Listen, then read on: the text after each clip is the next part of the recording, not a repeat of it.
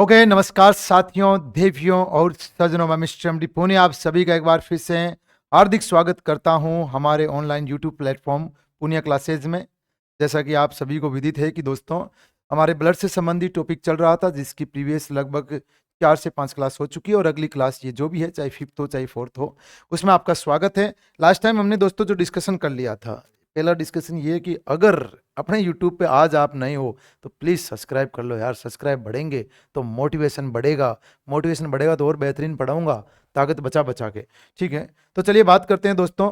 Last time हमने जो बात की थी वो बात कर ली थी आरएच कारक की, कि आरएच कारक क्या होता है। कोलैंडिस्टीन और वीनर ने दोस्तों अपने जीवन के लगभग 40 साल इसके पीछे खपा दिए थे और मनुष्य के उत्थान के लिए उन्होंने मकाका रिसस नामक बंदर की आरबीसी पर एक विशेष प्रोटीन खोजी जिसे बोला आरएचए कारक। उसके आधार पर ब्लड ग्रुप को देखा, 8 प्रकार के हो गए थे।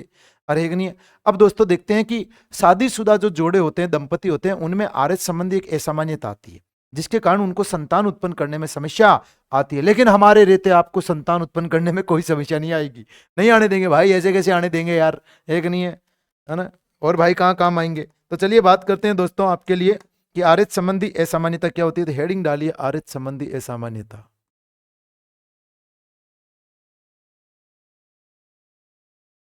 आरएच संबंधी असामान्यता।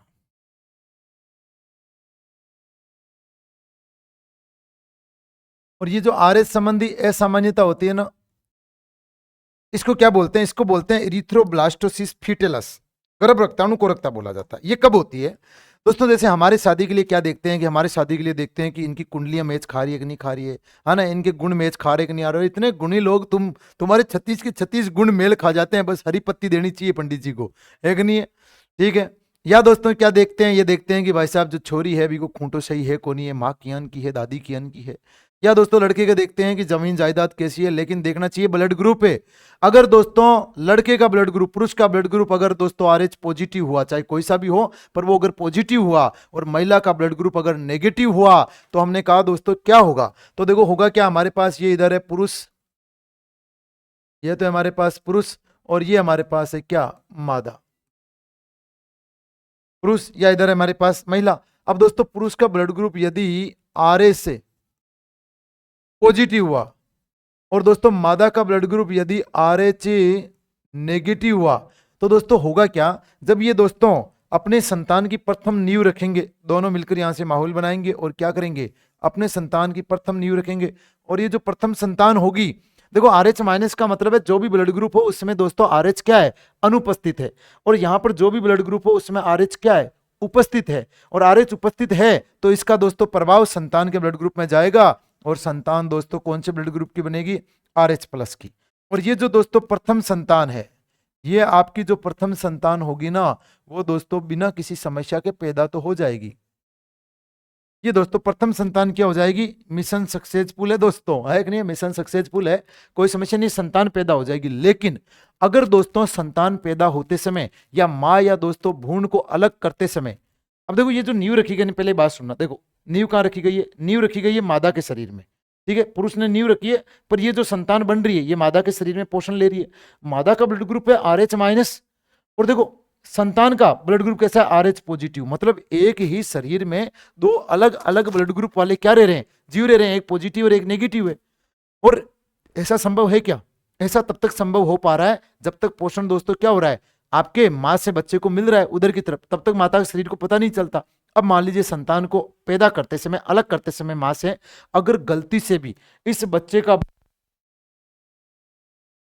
तो ये पैदा होती हुई प्रथम संतान इस माँ के ब्लड ग्रुप को ये बता के चला जाता है कि मैं जो तेरे अंदर निवास कर रहा था ना, मैं तो क्या कर रहा था, मैं तो अलग ही प्रकार का ब्लड ग्रुप वाला जीव निवास कर रहा था। और दोस्तों इस दौरान माता के शरीर में इस आरएच प्लस के खिलाफ क्या बन जाती है, आरएच प्लस के खिलाफ प्रतिरक्षी बन जाती है। आरएच प्लस के खिलाफ प्रतिरक्षी निर्माण हो जाता है, प्रतिरक्षी निर्माण। अब ये जो एंटीबॉडी सेना बन गई है, ये सेना क्या करेगी, बेटे पहले संतान तो पैदा हो गई, धोखा हो गया, कोई बात नहीं, ये कहेंगे आजा भविष्य में तेरे को हम देख लेंगे, कोई दिक्कत नहीं है। ओके, तो प्रथम संतान पैदा हो गई, अब माता के शरीर में बन गई सेना।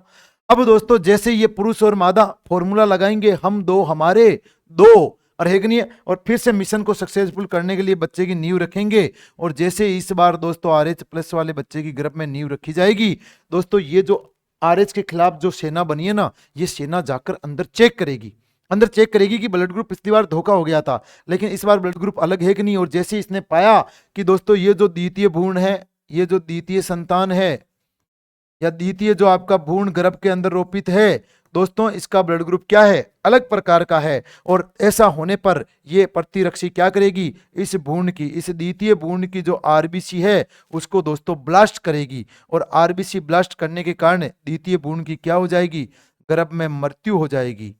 और गर्भ में मृत्यु हो जाएगी, मिशन अनसक्सेसफुल। और मृत्यु का कारण क्या है, इसकी जो RBC है वो ब्लास्ट होके फटेगी। और इस घटना को क्या बोलते हैं, इस घटना को बोलते हैं इरिथ्रोब्लास्टोसिस, इरिथ्रोब्लास्टोसिस फीटेलस, फीटेलस। इसे बोलते हैं गर्भ रक्ताणु कोरकता, इसे बोलते हैं गर्भ रक्ताणु कोरकता, इसे बोलते हैं गर्भ रक्ताणु कोरकता। जो RBC है वो RBC दोस्तों फटने लग जाएगी, RBC मृत हो जाएगी। RBC मृत होने से बच्चे की गर्भ में क्या हो जाएगी, गर्भ में मृत्यु हो जाएगी और दूसरी संतान पैदा नहीं हो पाएगी।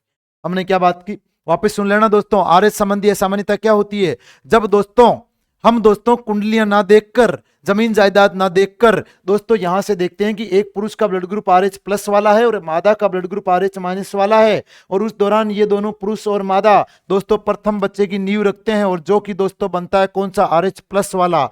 और ये जो संतान है वो माता के गर्भ में रोपित होती है। और दोनों का ब्लड ग्रुप विपरीत होने के कारण प्रथम संतान पैदा तो हो जाती है, लेकिन पैदा होते समय अगर गलती से भी माता के शरीर को पता लग जाए कि अलग ब्लड ग्रुप की संतान पल रही थी, तो दोस्तों इस RH वाली संतान के खिलाफ माता के शरीर में प्रतिरक्षी बन जाएगी। और जैसे ही दोस्तों पुरुष और मादा हम दो, हमारे दो का फॉर्मूला लगाएंगे, दूसरे बच्चे की नींव रखेंगे, तो दोस्तों पहला तो मिशन सक्सेसफुल हो गया, लेकिन दूसरा बच्चा दोस्तों गर्भ में ही मर जाएगा। और इसको बोलते हैं क्या, इरिथ्रोब्लास्टोसिस फीटेलस, इसे बोलते हैं गर्भ रक्ताणु कोरकता। अरे बात समझ में आई, इसे बोलते हैं RH संबंधी असामान्यता। इसीलिए अगर दोस्तों आप शादी कर रहे हो तो शादी करने से पहले अपनी प्रेमिका को बुलाना, और बुलाना कैफे में मत ले जाना घुमाने, उसे बुलाना हॉस्पिटल और बोलना कि चल तेरा ब्लड ग्रुप चेक करा, है ना, अपना ब्लड ग्रुप चेक करना, और अगर पॉजिटिव नेगेटिव है तो पहले से तैयार रहना इस समस्या के लिए। लेकिन दोस्तों घबराने की बात नहीं है, हम हैं तो घबराने की कोई बात थोड़ी है। हाँ थोड़ी सी बरसात है, कोई बहुत बरसात थोड़ी है। तो चलिए देख लेते हैं दोस्तों, यहां से क्या करेंगे, उपाय के लिए, उपचार के लिए उपाय, उपाय क्या होगा, उपाय होगा दोस्तों कि माता को प्रसव क्रिया के बाद, माता को प्रसव, प्रसव मतलब जो चाइल्ड बर्थ हो रहा है ना उसके बाद में, प्रसव क्रिया के 24 घंटे के भीतर,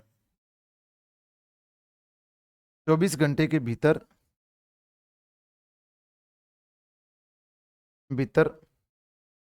एंटी डी या IgG, सॉरी NTRH लिखना चाहिए ना मुझे, NTRH बढ़िया रहेगा, NTRH। RH का मतलब होता है यहां पे रहोगम कारक, रहोगम कारक, या IgG इम्यूनोग्लोबिन से जी का इंजेक्शन लगाना चाहिए, इसको माता को लगाना है, इंजेक्शन लगाना चाहिए ताकि प्रतिरक्षी निर्माण ना हो, ताकि प्रतिरक्षी निर्माण ना हो, ताकि सेना बने ही ना, सेना बढ़ने नहीं देंगे, अपने मामला पहले ही गड़बड़ कर देंगे। ओके, तो ये हो जाएगा आपका RH संबंधी असामान्यता। पुरुष का ब्लड ग्रुप कब होता है, RH प्लस, और मादा का RH माइनस। तब दोस्तों ऐसा होता है कि प्रथम संतान तो पैदा हो जाती है लेकिन दूसरी संतान की गर्भ में मृत्यु हो जाती है, इसे बोलते हैं गर्भ रक्ताणु कोरकता।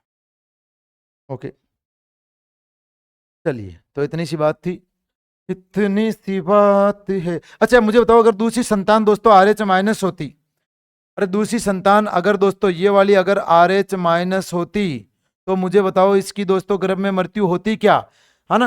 देखो ये RH के खिलाफ जो प्रतिरक्षी बनी है ये जाके चेक करता, और चेक करता तो पाता क्या है, ब्लड ग्रुप तो समान ही है, तो दोस्तों इसकी गर्भ में मृत्यु नहीं होती। फिर किसकी मौत आती, फिर किसकी मौत आती, फिर मौत आती महिला की। अरे नहीं, किसकी मौत आती, महिला की। क्योंकि RH प्लस वाला पुरुष बोलता है अगर संतान मेरी है तो होनी कौन सी चाहिए, RH प्लस वाली होनी चाहिए। ये RH माइनस वाली कहां से आई है ना। ये गुप्त दान कौन कर गया है भाई है ना? ऐसा ही था भाई, ये गुप्त दान कौन कर गया है, तो ये पूछेगा, फिर जवाब देना पड़ेगा मादा को कि ये मामला क्या है। बच्चा तो बच जाएगा पर माता की मौत है इस समय। चलिए आगे लिखते हैं दोस्तों। ये तो यहाँ पे बात हुई है। अब देखो कुछ नहीं बचा इस टॉपिक के अंदर, अब ज्यादा बचा है एक दो चीजें जैसे आपके बची है दोस्तों। एक देख लेते हैं कि संतान के अंदर ब्लड ग्रुप का निर्धारण कैसे होता है, ठीक है, ये देख लेते हैं। और फिर दोस्तों ब्लड संबंधी रोग देख के ये टॉपिक यहाँ पे एंड करेंगे। मैंने हृदय और रक्तवाहिनियां नहीं पढ़ाई है क्योंकि वो आपके टॉपिक में दे नहीं रखे हैं। अगर होती तो मैं अच्छे से पढ़ाता, फिर तो मैं दिल की बातें करता आपके साथ, पर झूठी तो क्यों करूं।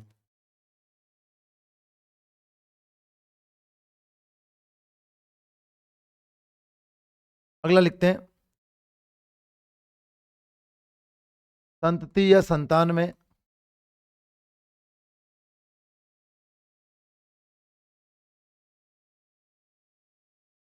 रक्त समूह का निर्धारण।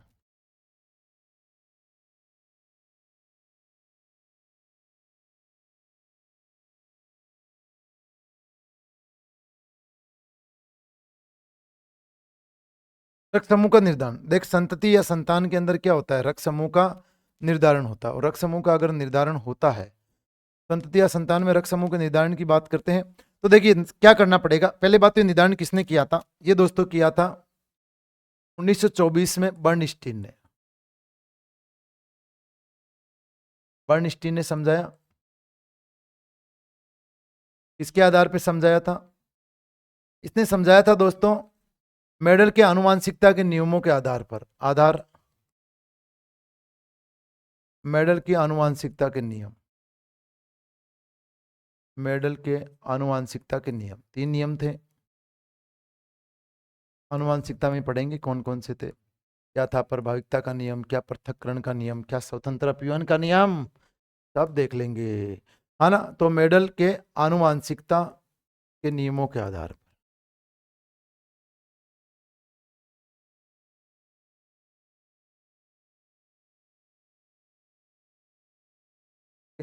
चलिए देखते हैं दोस्तों, अब ये क्वेश्चन सोल्व कैसे करना है। यहाँ तो आपको सिंपली मैं तरीके से बताऊंगा कि क्वेश्चन कैसे सोल्व करते हैं। हमारे पास देखो रक्त समूह है यहाँ पे दोस्तों, देखो रक्त समूह कौन से हैं, इधर लिख देता हूँ रक्त समूह। आपको क्वेश्चन में ऐसे दिया होगा कि यदि माता का ब्लड ग्रुप ए है या पिता का बी है, यदि माता का ए बी है, यदि ओ है, ऐसे वाले ऐसे दिया होगा, ठीक है। फिर दोस्तों आपको देखो क्या मानना है, पर्सन में क्या मानना है। सोल्व करने के लिए पर्सन में मानना है। क्वेश्चन को कैसे सोल्व करेंगे अभी तो बस सुन लो। पर्सन में मानना है, ए को क्या मानोगे, देखो ए को आप मान सकते हो, आपको जोड़े के रूप में लिखना है। और जोड़े के रूप में लिखने के लिए इस ए को आप लिखोगे ए ओ, ए ओ ऐसे लिखेंगे। देखो ए ओ, इसमें ए क्या है, प्रभावी है, और जो ओ ब्लड ग्रुप रहता है ना वो ए प्रभावी माना जाता है। हम एलिल्स के रूप में भी लिख सकते हैं, आई आई के रूप में, लेकिन वैसे नहीं समझा रहा हूं क्योंकि आपको क्वेश्चन सोल्व करना है।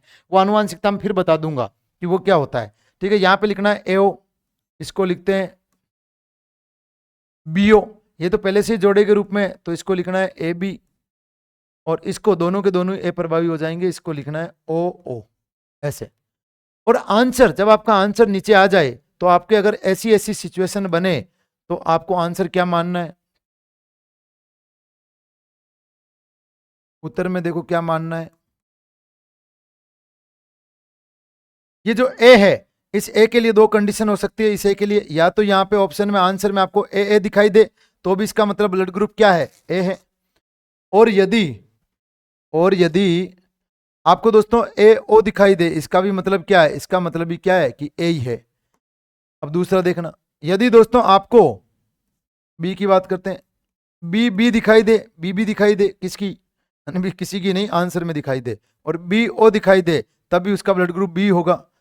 यदि आपको दोस्तों ए बी दिखाई दे, यदि ए बी दिखाई दे मतलब ब्लड ग्रुप ए बी होगा, और यदि आपको ओ ओ दिखाई दे तो ओ ओ होगा, ओ हो। चलिए ये देखो ऐसे, अभी मैं करवाऊंगा क्वेश्चन। पर्सन में मानना है ए O B O A B और ओ ओ, और इधर मानना है A A A O B B B O, B B, B O, A O. ये तो मेरे को क्या याद आ गया, ए ओ आ ओ, वो मुझे वो याद आ गया दोस्तों। एक वो आपकी मूवी थी ना, बहुत ही फनी थी, जिसके अंदर वो गूंगा होता है, वो कहता था आ ओ, है ना। वो नहीं करना इधर। चलो आगे देखते हैं, थोड़ा सा ऐसे देखो फन जरूरी है, मेरा क्या मूड अकेले का यार इधर परेशान हो जाता है, तो मेरे को भी थोड़ा सा फनी होने का होता है इधर। चलिए आगे देखते हैं, अगला क्वेश्चन देखते हैं। अब क्वेश्चन बनाता हूँ, देखो आपके लिए क्वेश्चन बनाता हूँ। यदि माता का रक्त समूह, अगले पेज पे बनाऊं क्या यार, है ना, अगले पेज पे बनाते हैं, इधर क्या जबरदस्ती का लालच करना। अगले पे बना रहा हूं, आ जाओ, ये देख लिया हो तो क्वेश्चन।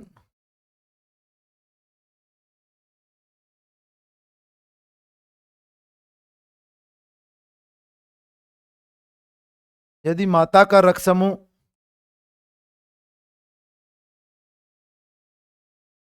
ए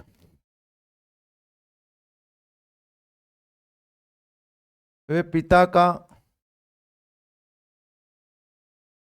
ए बी हो तो संतान का रक्त समूह क्या होगा, तो संतान का रक्त समूह क्या होगा। तो देखो सिंपल है, हमने कहा माता और पिता दिया, ये देखो ये तो इधर मैंने लिख दिया माता, और माता का ब्लड ग्रुप लिखा है ए, और पिता, पिता का ब्लड ग्रुप क्या है, पिता का ब्लड ग्रुप दिया है ए बी। ये देखो, अब मैंने कहा है कि देखो जोड़ा बनाना है, तो दोस्तों पर्सन में क्या मानना है, ए को मानना है ए ओ, और ए बी को तो ए बी मानना है। तो देखो इसको मैंने माना ए ओ, थोड़ा दूर दूर लिख लेना, और इसको मैंने माना, माना क्या, ये तो पहले से ये ए बी। अब कुछ नहीं करना, इस ए का इन दोनों के साथ क्रॉस करवाना है, और इसका इन दोनों के साथ क्रॉस करवाना है, और चार रिजल्ट बनाने हैं। देखो चार रिजल्ट बनाते हैं, पहला रिजल्ट यही बनेगा ऐसे, ये देखो इसी के नीचे बनेगा, ये यहां जाएगा, और यहां से क्या बना ए ए, फिर यहां से देखना, ये देखो ये बना ए बी, फिर इसको ये बना ए ओ, और फिर इसके नीचे चलना, और ये बनेगा बी ओ। अब यहां से देखना ए को क्या बोलते हैं, अगर आपको ए दिखाई दे या ए ओ दिखाई दे मतलब ब्लड ग्रुप होगा ए, बाकी में सब में रूल सेम ही है। तो ए दिखाई दिया मतलब आपका ब्लड ग्रुप कौन सा होगा, संतान में रक्त समूह। देखो संतान में रक्त समूह, यहां से बनेगा संतान में रक्त समूह, एक तो ए बन सकता है, दूसरा ए बी बन सकता है, ए ओ को भी ए लिखते हैं तो ए बन सकता है, और दोस्तों क्या बन सकता है, इसका मतलब होता है बी बन सकता है, बी बन सकता है, बी ओ का मतलब बी होता है। अब इसका मतलब देखो कितना कितना प्रतिशत चांसेज है, ये अपना आप में 25% है, ये भी 25 है, ये भी 25 है, और ये भी 25 है। अब देखो ब्लड ग्रुप तय करते हैं, आपके पास है ए बी और ओ, ये कितने दिख रहे हैं, एक और दो, मतलब 50% क्या चांसेज है, 50% चांसेज है कौन सा ब्लड ग्रुप बने, ए वाला बने, ठीक है। दूसरा बी वाले के चांसेज कितने दिख रहे हैं, 25 ही दिख रहे हैं, एक ही ऑप्शन है। ए बी वाले के भी कितने दिख रहे हैं, 25 ही दिख रहे हैं, और ओ वाले का दिख रहा है 0%, मतलब ज्यादा चांसेज है कि ए वाला बनेगा, ठीक है। फिर चांसेज बरोबर 25-25 चांसेज है कि बी और ए बी हो सकता है, लेकिन ओ वाला गलती से भी नहीं हो सकता है। अगर ओ वाला बच्चा हुआ है ना, तो इसका मतलब या तो बच्चा आपका नहीं है, और एक नहीं है, या फिर दोस्तों कोई गुप्तदान कर गया है, और एक नहीं है, फिर ये फर्जी संतान है, मामला कुछ ना कुछ गड़बड़ है। तो इस तरीके से क्वेश्चन सोल्व करना है। समझा तो दिया, अब आपको एक और समझा देता हूं, अगला क्वेश्चन। अब देखो एक आपको ऐसा क्वेश्चन दिखाता हूं कि आप सोच भी नहीं सकते, समझ से परे। ज्यादा क्वेश्चन सोल्व करना हो तो अपनी नोटबुक को कर लेना, वरना फिर मैं आपको सवाल सोल्व करवाऊंगा ना PYQ, तब कर लेना, क्योंकि बहुत ज्यादा इन चीजों को फिर करवाने का मतलब नहीं है, कितना ही करवा लो ऐसे। तो एक क्वेश्चन, यदि माता, शॉर्ट में लिख रहा हूं, यदि माता का ब्लड ग्रुप है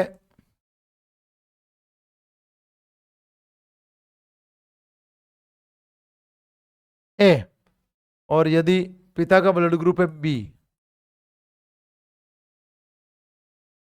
तो संतान का क्या होगा, तो संतान का क्या होगा, संतान का जो होगा मंजूर खुदा होगा। अपने तो आंसर देख लेते हैं। देखो ए को कैसे लिख सकते हैं, अभी देखना, पर्सन में मानना है ए ओ, और इसको मानना है बी ओ, बस इतनी बात हुई है। चलो क्रॉस करवा दो, ये पहला क्रॉस और ये दूसरा क्रॉस, बात खत्म। पहले क्रॉस में निकल के आया ए बी, दूसरे में निकल के आया AO, ठीक है। फिर यहां से सुनना, यहां से निकल के आया BO, O भी नहीं लिखना है, BO सही लगता है।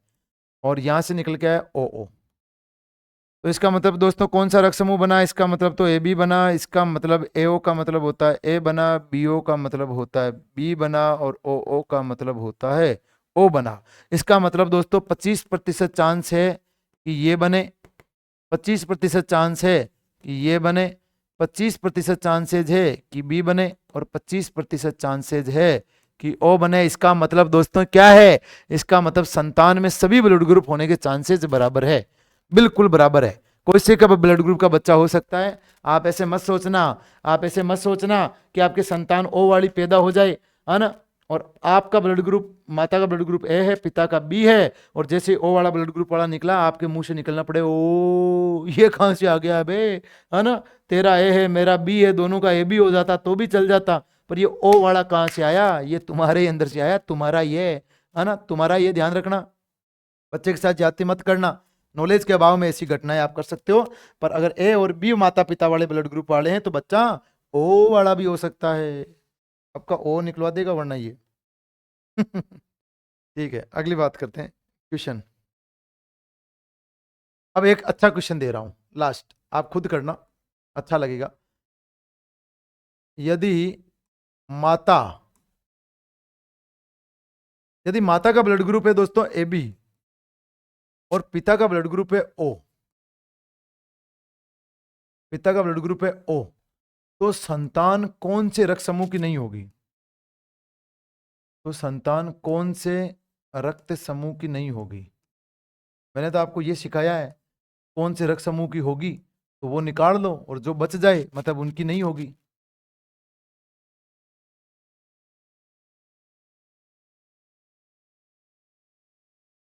तो संतान कौन से रक्त समूह की नहीं होगी?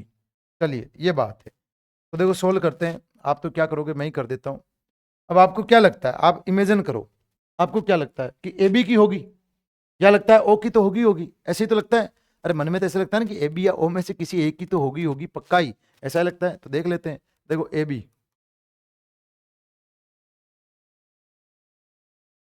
क्रॉस कराओ, यहां से बना AO, यहां से बना AO, यहां से बना BO, और यहां से बना BO। आपने क्या देखा कि या तो संतान होगी A की और या संतान होगी B की। 50% चांस है कि संतान हो जाए A ब्लड ग्रुप की, 50% चांस है संतान हो जाएगी ब्लड ग्रुप की, लेकिन संतान कौन से रक्त समूह की नहीं होगी? नहीं होगी, नहीं होगी दोस्तों। जो माता पिता खुद ब्लड ग्रुप वाले हैं ना, A वे O की, इनकी नहीं होगी। ये आपका राइट आंसर है। आपने क्या देखा, जो माता का ब्लड ग्रुप है संतान उसी रक्त समूह की नहीं है, ठीक है नहीं है। तो यहाँ पे सब कुछ अलग है। जॉन स्नो तुम कुछ नहीं जानते, यहाँ कुछ भी हो सकता है। यहाँ पे संतान उस ब्लड ग्रुप की भी हो सकती है जो दोस्तों माता और पिता दोनों का ब्लड ग्रुप है। ऐसा नहीं है कि तुम दोनों ही बैठ के टेंशन में आ जाओ कि संतान है किसकी, भाई ये गुप्त दान कौन टिका के गया है ना, ये गुप्त दान नहीं है, ये आप ही का है, आप ही का दान किया हुआ है, ठीक है, नोट कीजिए। चलिए ये हो गई दोस्तों आपके रक्त समूह से संबंधित बात। अब दोस्तों रक्त से संबंधित कुछ इंपॉर्टेंट रोगों की बात कर लेते हैं और इस चैप्टर का स्वाहा करते हैं। रक्त संबंधी रोग, और पहला रोग दोस्तों आप लिखोगे इंपॉर्टेंट वाला, हीमोफीलिया। हीमोफीलिया, अरे क्या फील लिया, हीमोफीलिया। हीमोफीलिया दोस्तों इसे कहा जाता है, देखो हीमोफीलिया, पहली बात तो ये एक आनुवांशिक रोग है, ये आनुवांशिक रोग है।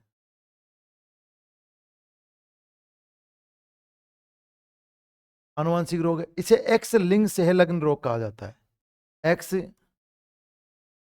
लिंग सहलग्न रोग मतलब क्या है? इस रोग से संबंधित, कि ये रोग ना हो, इस रोग से संबंधित जो सूचना होती है, जो जीन होते हैं ना, वो हमारे लिंग गुणसूत्र एक्स के ऊपर पाए जाते हैं। एक्स नर और मादा दोनों में पाया जाता है, ठीक है, तो एक्स गुणसूत्र के ऊपर इससे संबंधित सूचनाएं पाई जाती है। और अगर एक्स गुणसूत्र पर इससे संबंधित सूचना ना हो तो दोस्तों शरीर में थक्का बनने का गुण नहीं आएगा, और थक्का बनेगा तो देरी से बनेगा। और इसका कारण क्या है? इसका कारण है दोस्तों हीमोफीलिया के लक्षण पाए जाना। तो हम क्या बोलेंगे? हम बोलेंगे दोस्तों हीमोफीलिया जो होता है ना, ये इसे कहा जाता है हीमोफीलिया। लक्षण क्या है इसका? लक्षण होता है चोट लगने पर रक्त का थक्का देरी से बनता है।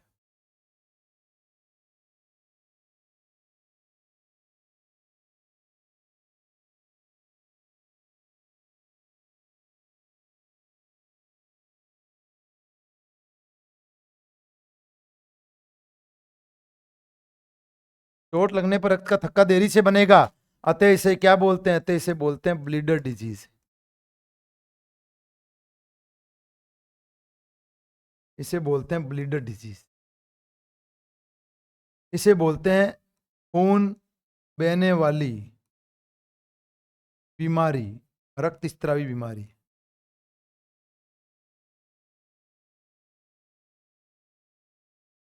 ये कहते हैं इसको, इसको बोलते हैं ब्लीडर डिजीज।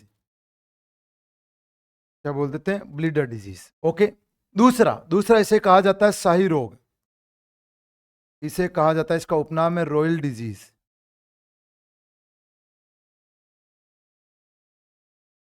इसे बोलते हैं रॉयल डिजीज या इसे बोलते हैं शाही रोग। शाही रोग क्यों बोलते हैं? इसलिए इसको शाही रोग बोलते हैं दोस्तों क्योंकि सर्वप्रथम ये ब्रिटेन की जो महारानी, जो शाही परिवार है, अरे देखो डिजीज भी शाही होती है ना, इधर लोग शाही नहीं है, इधर दोस्तों क्या डिजीज बीमारियां शाही है, क्योंकि इसका संबंध किससे है? सर्वप्रथम इंग्लैंड महारानी विक्टोरिया के वंशज में।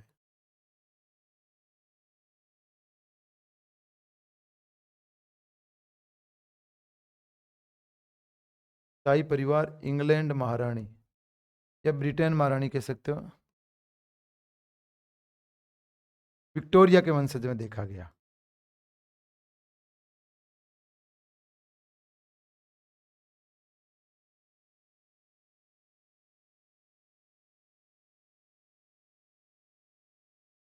देखा गया और सर्वप्रथम शाही परिवार इंग्लैंड महारानी विक्टोरिया के वंशज में देखा गया। इसी कारण से इसे बोलते हैं रॉयल डिजीज या इसे बोलते हैं शाही रोग। ओके। अच्छा, एक दो बात और देखना, इंपॉर्टेंट बातें बताता हूं आपको। देखो, यहां से हमने एक बात की कि दोस्तों ये जो आपका रोग होता है ना, ये आनुवांशिक रोग होता है, लेकिन आनुवांशिक रूप से ये जो रोग है वो अपने लक्षण प्रकट करता है ना, वो बेचारे पुरुषों में करता है, हमारे पुरुष जाते हैं, है ना। रोग के जो रोगी होते हैं, भोगी होते हैं ना, वो दोस्तों कौन होते हैं? वो पुरुष होते हैं। मादा केवल इसकी वाहक होती है। मादा केवल इस रोग से तभी ग्रसित हो सकती है जब उसके माता और पिता दोनों से जो एक्स गुणसूत्र आ रहे हैं ना, वो दोनों इस रोग से क्या हो? ग्रसित हो। अन्यथा दोस्तों क्या होगा? अन्यथा आपकी मादा सुरक्षित होगी। तो हम कहेंगे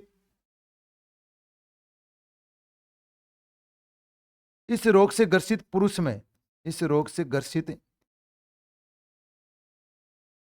ग्रसित पुरुष में लक्षण प्रकट होते हैं, प्रकट होते हैं, लेकिन मादा रोग की वाहक होती है।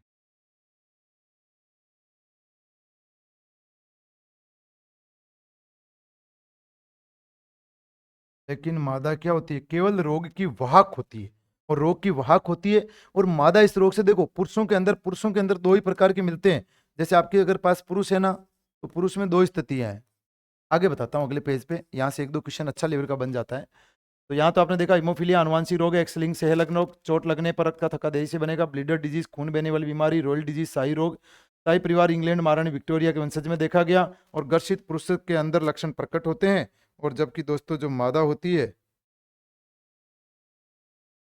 ना, उसके अंदर दोस्तों लक्षण प्रकट नहीं होते, वो केवल वाहक होती है। जैसे देखना, अगर पुरुष है तो पुरुष दो ही हो सकते हैं। एक तो हो सकता है सामान्य, सामान्य पुरुष मतलब कोई दिक्कत नहीं, सामान्य पुरुष होगा, ये एक्स वाई गुणसूत्र है, एक्स वाई रहेंगे। और दूसरा होता है रोगी पुरुष, और जो रोगी पुरुष होता है उसमें एक्स के ऊपर तो हीमोफीलिया का लक्षण होगा, और ये आपका वाई। इधर अगर मैं मादा की बात करूं, मादा की, तो मादा में देखना, मादा में तीन कैटेगरियां होगी। एक तो होगी सामान्य, सामान्य मतलब बिल्कुल इसमें एक्स एक्स हो, कोई दिक्कत नहीं हो। दूसरी होगी वाहक, वाहक में क्या होगा, या तो एक एक्स ये वाला इससे घर्षित होगा और या ये वाला एक्स घर्षित होगा। और अगर रोगी हुई तो रोगी में दोनों के दोनों घर्षित होंगे। और ऐसी मादा जो रोगी होती है ना, इस रोग से ग्रसित होती है, वो जिंदा ही नहीं रह पाती है ना, क्योंकि मादा के अंदर मासिक धर्म आता है तो ब्लीडिंग फेज के दौरान क्या हो जाता है, उसकी मृत्यु होने लग जाती है, रक्त का थक्का वापस बनता नहीं है शरीर में। अब यहाँ से क्वेश्चन बनता है, थोड़ा फास्टली करवा रहा हूँ क्योंकि टाइम कम है, पर सुन लेना। देखो क्वेश्चन बनता है, क्वेश्चन बनता है कि रोगी पुरुष वे, यहां से कुछ भी ले लो, रोगी पुरुष वे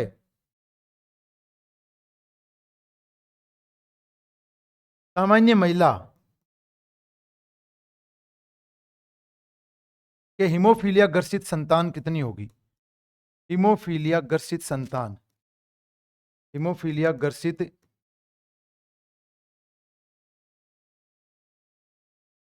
संतान प्रतिशत बताओ। तो देखो रोगी पुरुष है, रोगी पुरुष मतलब देखो रोगी पुरुष, रोगी पुरुष का मतलब है यहां से ले लिया एक्स वाई, सामान्य महिला ले लिया आपने एक्स एक्स। अब आप क्रॉस करवाओ, ये देखो ये ये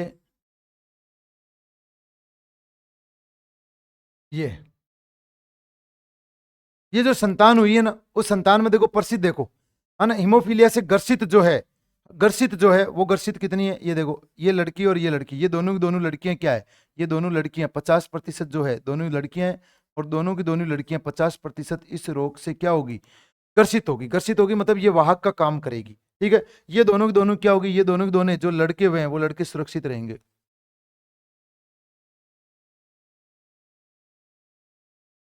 पर दोनों लड़के सुरक्षित रहे कैसे भाई, एक्स एक्स है ना, ठीक है, हाँ बिल्कुल दोनों लड़के सुरक्षित रह जाएंगे भगवान की दया से, बच गए इस बार तो। अरे एक नहीं है। तो देखो लड़के आपसे पूछते थे कि हिमोफीलिया ग्रसित सामान्य महिला, सामान्य महिला से उत्पन्न लड़कों के हिमोफीलिया ग्रसित ना होने का अनुपात क्या है, तब 100% अनुपात होता है, क्योंकि दो ही लड़के हैं और दोनों लड़के, संतान बोल दिया तब आपको चारों में देखना है, पर लड़के बोल देता तो दोनों के दोनों लड़के क्या है, सुरक्षित है, मतलब 100% लड़के सुरक्षित है अपना आप में, ठीक है। और संतान बोल दिया तो चारों में देखना है, लड़की बोल देता कि बताइए लड़की के ग्रसित होने का प्रतिशत क्या है, 100% लड़कियां क्या होती, रोग की वाहक होती। अरे क्या होती, रोग की वाहक होती, ठीक है। रोगी रोगी इनमें से कोई सा नहीं है, क्योंकि लड़कियां इससे रोगी होती नहीं है, उनके अंदर लक्षण प्रकट होते हैं, होते ही नहीं है, ठीक है ना। तो इस तरीके से इसको देखना है। एक क्वेश्चन और लिखता हूं, अब क्वेश्चन नहीं लिख रहा हूं, देखो टाइम कम है तो इसका मैं अगला लिख देता हूं, क्वेश्चन नहीं लिखना भाई, भूल जाता है क्या तू खुद ही। 2 नंबर सिकल सेल एनीमिया,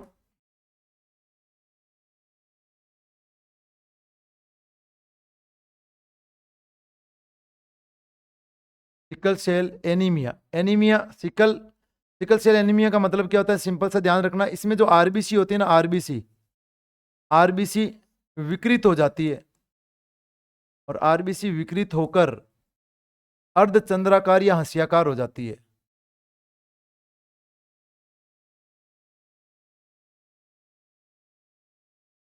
वह हंसिया, हंसियाकार, अरे हंसिया होता है ना खेत में जिसको आप दांतली बोलते हो,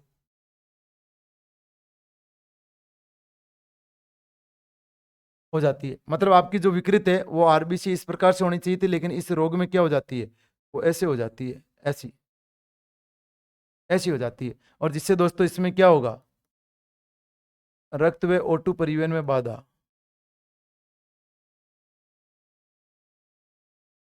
ये आएगी, एनीमिया हो जाएगा। और तीसरा ध्यान रखना है थैलेसीमिया, एक ही लाइन ध्यान रखनी है, थैलेसीमिया में, थैलेसीमिया, थैलेसीमिया में जो हीमोग्लोबिन का निर्माण होगा ना, ये भी आपका आनुवांशिक रोग है, आनुवांशिक रोग है। और इसमें जो हीमोग्लोबिन होगा वो दोस्तों कैसा बनेगा, दोषपूर्ण बनेगा, एच बी हीमोग्लोबिन दोषपूर्ण बनेगा, मतलब अच्छे से हीमोग्लोबिन नहीं बन पाएगा, और अच्छे से अगर ये नहीं बन पाया तो समस्या है, रोगी को बार बार दोस्तों ब्लड देना पड़ेगा। समय की थोड़ी कमी थी तो इस टॉपिक को एंड करना था, ये टॉपिक यहाँ पे एंड होता है, उससे संबंधित हमने चर्चा कर ली है। थैंक यू, नए सेशन में फिर मिलेंगे नए टॉपिक के साथ, पीवाईक्यू जल्दी ला रहा हूँ, आप सब्सक्राइब करो, मुझे थोड़ा सा फेमस तो करो अबे, है ना, इतनी मेहनत कर रहा हूँ, भाग भगा के आ रहा हूँ पूरी दिन की क्लासेज के बाद, लेकिन आपका प्यार थोड़ा कम मिल रहा है, थोड़ा ज़्यादा बढ़ाओ, डोज बढ़ा दो। Thank you.